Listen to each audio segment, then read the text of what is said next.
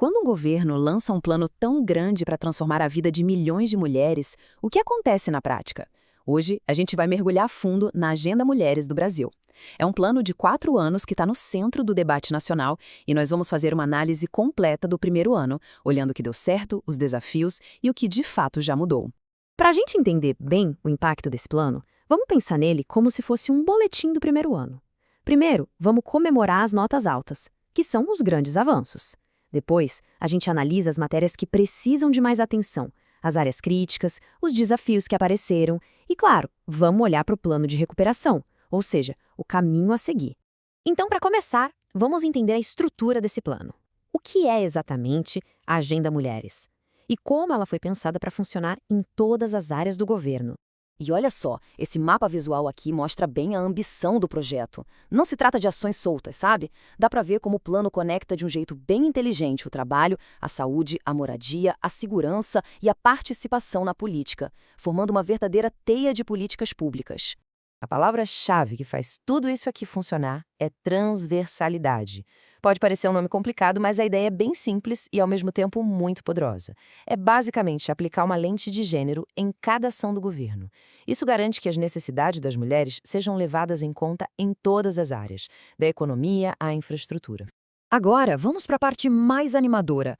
Como essa teoria toda se transformou em resultado de verdade? Vamos celebrar as primeiras grandes vitórias.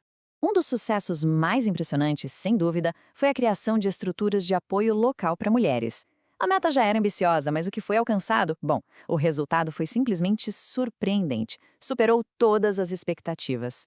E aqui, nesta tabela, a escala desse sucesso fica ainda mais clara. A meta era criar 300 organismos de apoio. O resultado, quase 1.000.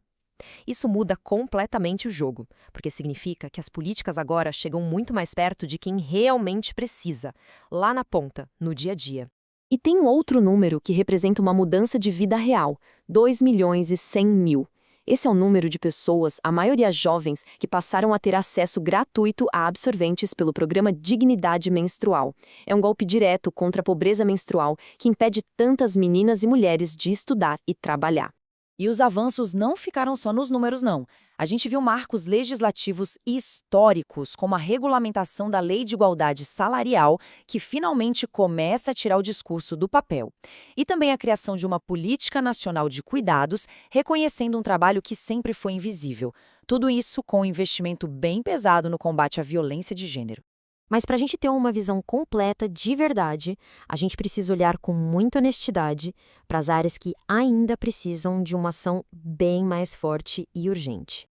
Então, onde estão as notas vermelhas desse boletim? Quais foram os maiores obstáculos que já apareceram nesse primeiro ano de implementação? Um ponto crítico, quase uma ferida aberta no país, é a informalidade no trabalho doméstico. São mais de 4 milhões de trabalhadoras, a maioria mulheres negras, que continuam presas num ciclo que nega direitos básicos e proteção social. E os desafios se espalham por várias frentes.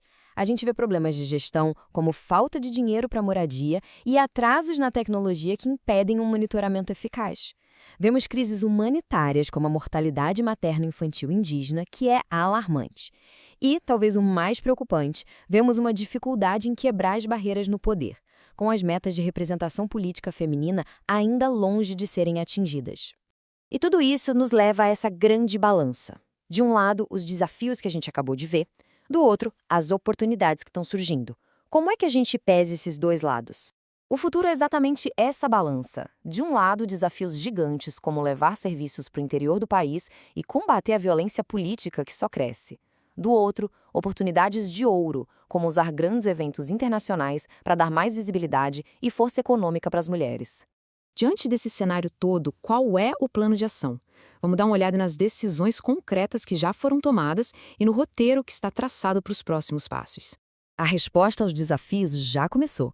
Decisões estratégicas estão sendo colocadas em prática, atacando frentes cruciais, desde programas para inserir mais jovens mulheres na tecnologia, passando pela criação de um selo Mulheres e Ciência para incentivar a inclusão, até, e isso é fundamental, garantir atendimento prioritário para sobreviventes de violência. E o plano para 2025 já está bem definido. Teremos uma grande conferência nacional para avaliar o que foi feito e recalibrar as rotas, além do lançamento e da expansão de programas de apoio e capacitação que são essenciais por todo o país.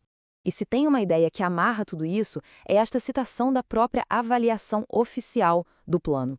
Ela nos lembra que, no fim das contas, estas não são apenas políticas para mulheres, são sobre construir um país mais justo para todas as pessoas, sem exceção. Um plano de governo aponta a direção, mas a transformação de verdade depende da sociedade como um todo. A questão que fica é: como podemos, na prática, ajudar a transformar cada uma dessas metas em uma realidade vivida por todas as mulheres no Brasil?